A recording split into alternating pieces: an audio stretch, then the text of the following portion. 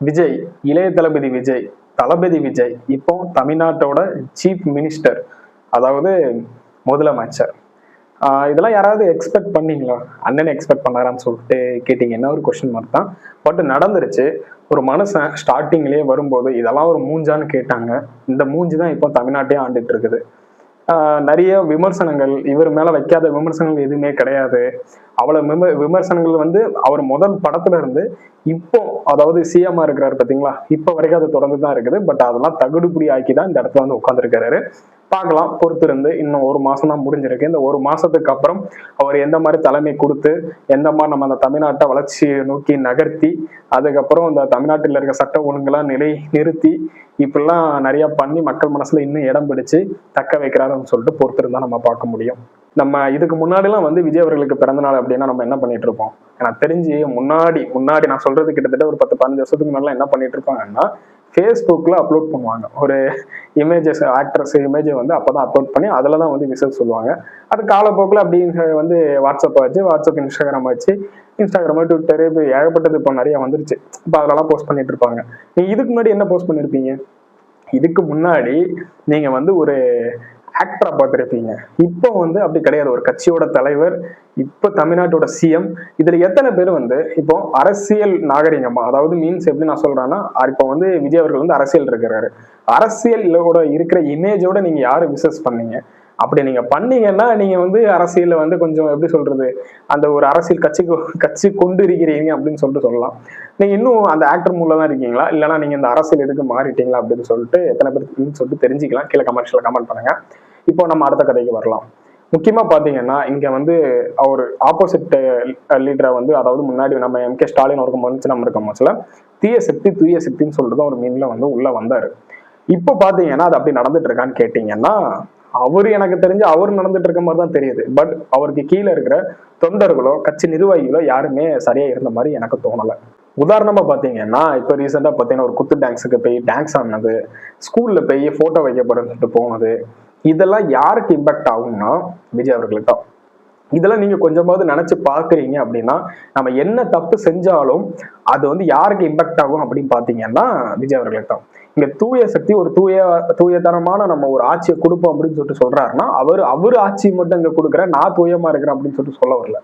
இங்க இருக்கிற தொண்டர்கள்ல இருந்து இருக்கிற மக்கள் வரைக்கும் நான் தூய சக்தியை மாற்றுவேன் அப்படின்னு சொல்றதுதான், ஒரு மாற்றத்துக்காக தான்.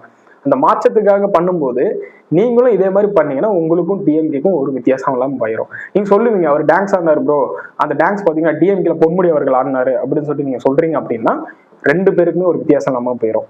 போட்டோ வைக்கிறாங்க ப்ரோ, இதே நீங்க பாத்தீங்கன்னா போட்டோ இவங்கெல்லாம் வைக்கலையா அப்படின்லாம் கேட்கக்கூடாது. இப்ப கேட்டீங்கன்னா, இப்போ நம்ம இந்த ஊராட்சி மன்ற அலுவலகம் இதுலாம் போட்டோ வைக்கிறதுக்கு வந்து பயங்கரமா சண்டை போட்டுட்டு இருக்காங்க. நீ இந்த போட்டோ வச்சுன்னா நான் இன்னொரு போட்டோ வைப்பேன் அப்படின்னு சொல்லிட்டு ஆளாளுக்கு ஒரு போட்டோ தூக்கிட்டு வந்துட்டு இருக்கிறாங்க. அதே மாதிரி நீங்களும் பண்ணாதீங்கன்னு தான் சொல்றேன். அதனால நான் என்ன சொல்ல வரேன்னா, தூய சக்தி மீன்ஸ் என்னன்னா, அவர்ல இருந்து கீழே இருக்க அடிமட்ட தொண்டர்கள் வரைக்கும் அவங்கள போக மத்த எல்லாருமே நம்ம தூய சக்தியை மாத்துவோம் அப்படின்னு சொல்றதான். அதான் ஒரு தூய சக்தியோட ஆட்சியா இருக்கணும்.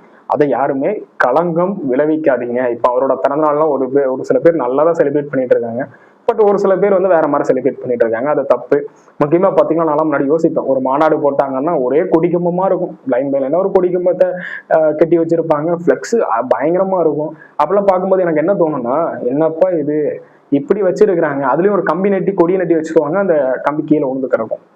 10 கம்பி நட்டுறாங்களா, அதுல 2 கம்பி கீழே இருக்கும். ஏன்னா அது 2 இன்ச்சு கூட தோண்டி இருக்க மாட்டாங்க, சும்மா அப்படி நட்டி வச்சுட்டு போயிடுவாங்க. அது யார் மேலேயாவது விழுந்துச்சுன்னா, அதே மாதிரி பாத்தீங்கன்னா ஒரு 10-20 கிலோமீட்டருக்கு மாநாடு நடக்கிற 20 கிலோமீட்டருக்கு ஒரு கூட்டம் ஏதாவது நடக்குன்னா சும்மா அப்படியே லைட்டை கெட்டி விட்டுறது.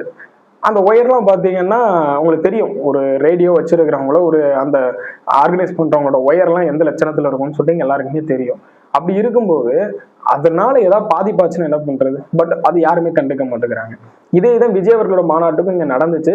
பட் திரும்ப சரி ஆட்சிக்கு வந்ததுக்கு அப்புறம் அது மாறும், நிறைய மாற்றங்கள் இருக்கும் அப்படின்னு பாத்தீங்கன்னா இங்க அது எனக்கு தெரிஞ்ச மாதிரி தெரியல. ஏன்னா அதை வந்து தவிர்க்கணும். இங்க நிறைய பிளெக்ஸ் அதிகமா வைக்கிறீங்க, இடையூறு இல்லாம வைங்க. பட் அங்க ஒரு சில இடையூறுகள் இருக்கு. பட்டாசு வெடிக்கிறீங்க. இன்னைக்கு பாத்தீங்கன்னா பெட்ரோல் பங்க் பக்கத்துல பட்டாசை கொளுத்தி விட்டுருக்காங்க.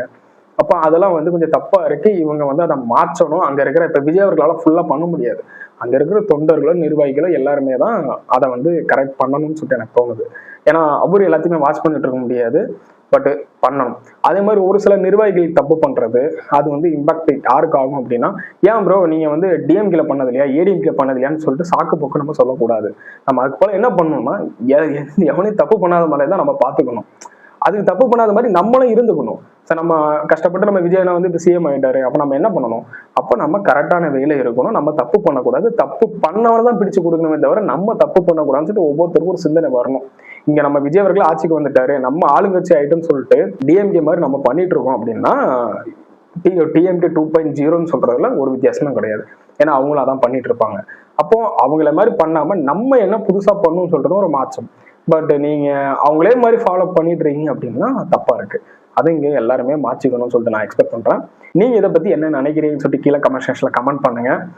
ஃபர்ஸ்ட் ஆஃப் ஆல் பாத்தீங்கன்னா நம்மளுக்கு அவங்களுக்கு பிறந்த நாள் அதுக்கான வாழ்த்துக்களை நான் சொன்னா கூட தெரியல. பட் பிறந்தநாள் வாழ்த்துக்கள் அண்ணா. என்னோட அண்ணான்னு சொல்றாங்க கேட்டீங்கன்னா எங்க அண்ணா தான். இங்க எல்லாருமே வந்து நமக்கு வயது மூத்தவங்க அண்ணான்னு சொல்ற தப்பு இல்லை. சார் அவர்கள் அப்படின்னு பேசுறதோட அண்ணான்னு சொல்றதுல தப்பு இல்லை. இங்க நிறைய பேர் அண்ணான்னு சொன்னா முட்டு கொடுக்குறான்னு சொல்லுவாங்க. சொல்லிட்டு போங்க.